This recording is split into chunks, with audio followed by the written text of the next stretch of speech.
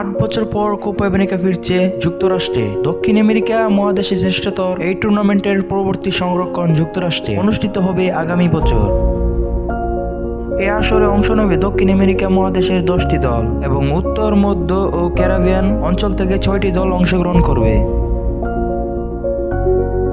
শুক্রবার দক্ষিণ American football আস্থা, কনমেবল ও উত্তর মধ্য আমেরিকান ফুটবলের সংখ্যা কনকেকাভার যৌথ বিজ্ঞপ্তিতে বিষয়টি নিশ্চিত করা হয়।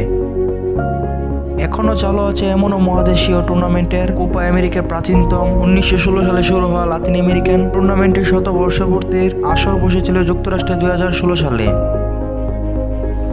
সেটি ছিল দক্ষিণ আমেরিকার বাইরে কোপা আমেরিকান আয়োজন। 2024 সালে শুরু হবে কোপা আমেরিকা যুক্তরাষ্ট্রে 48তম আসর। এই আসরে দুটি মহাদেশের 16 দল নিয়ে আয়োজনের সিদ্ধান্ত দিয়েছে কনমেবল। এর মধ্যে কনমেবলের 10 সদস্য রাষ্ট্রের সবাই অংশগ্রহণ করবে।